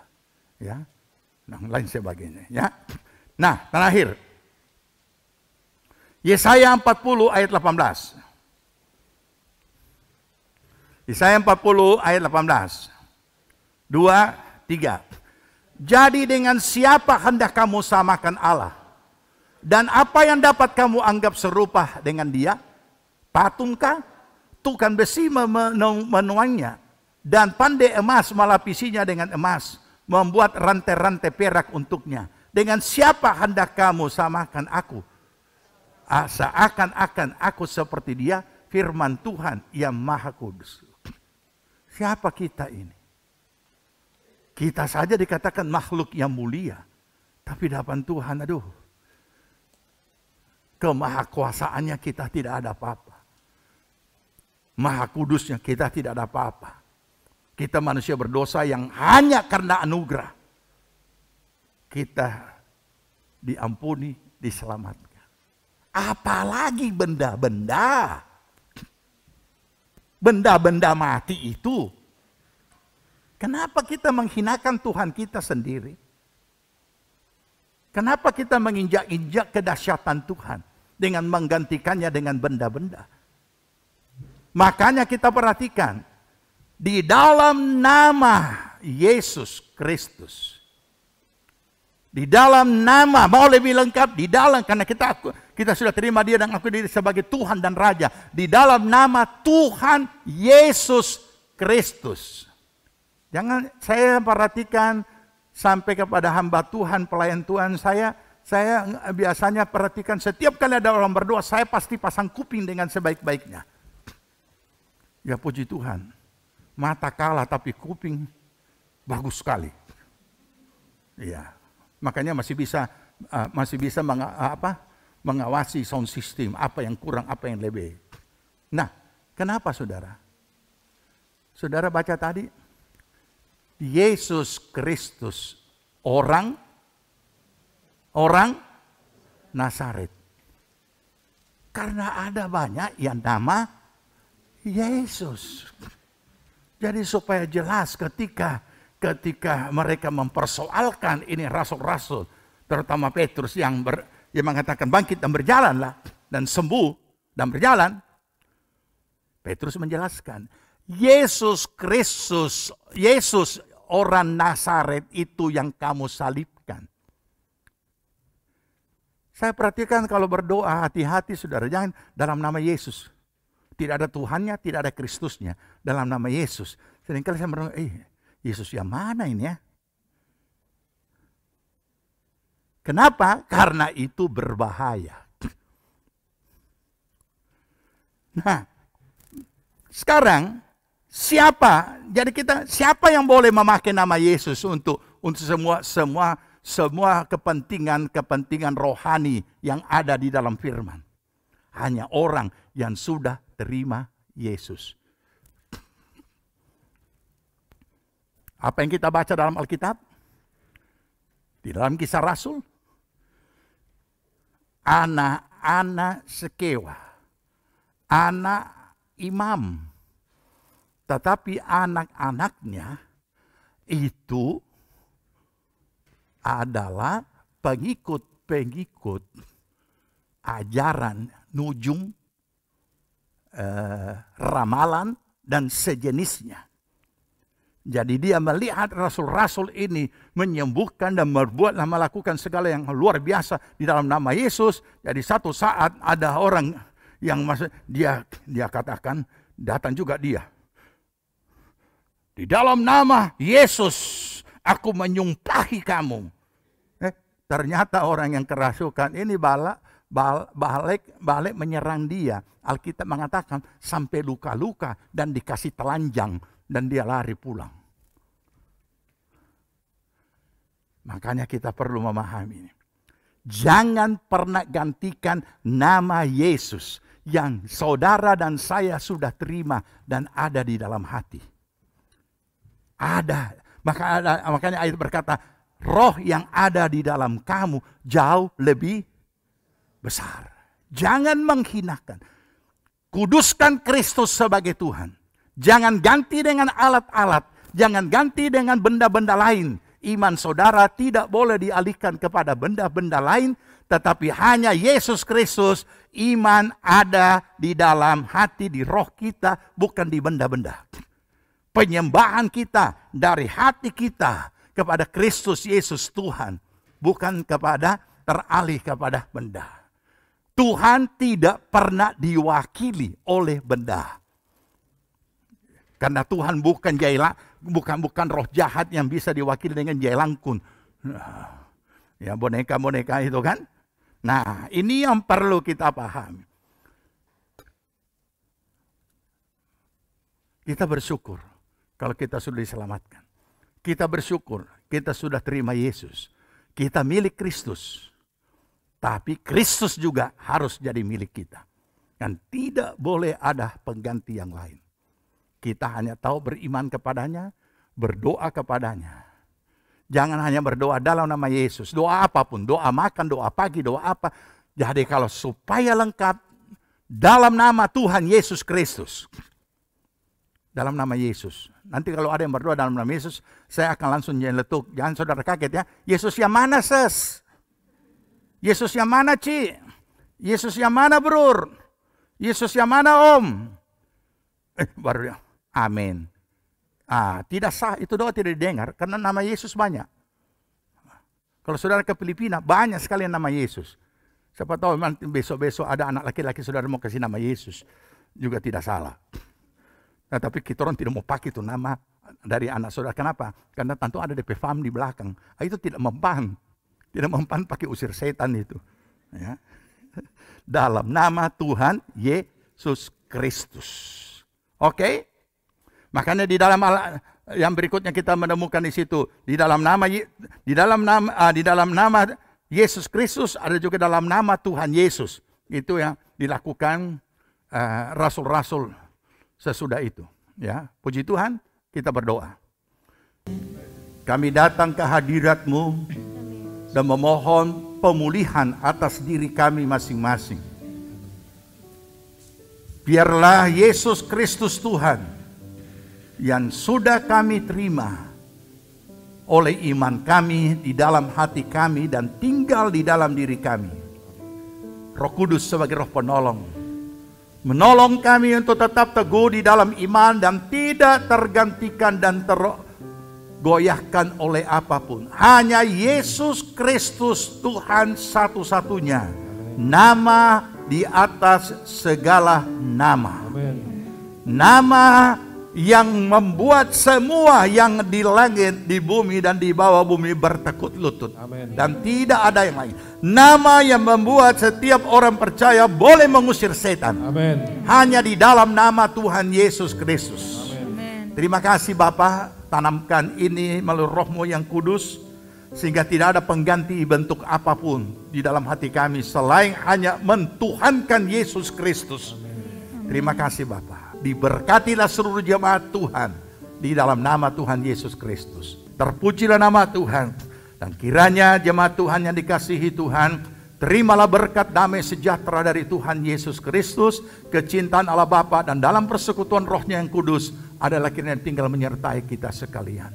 Dibuatnya kita hidup bijaksana sehingga berhasillah segala yang kita kerjakan sampai berkelimpahan dari sekarang sampai Tuhan Yesus datang kembali. Amin. Puji Tuhan, ibadah kita telah selesai. Selamat hari Minggu, selamat melanjutkan aktivitas saudara, tetaplah mematuhi protokol kesehatan yang ada, dan tetap percaya bahwa Tuhan Yesus tidak berubah dahulu, sekarang, dan selama-lamanya. Tuhan Yesus memberkati.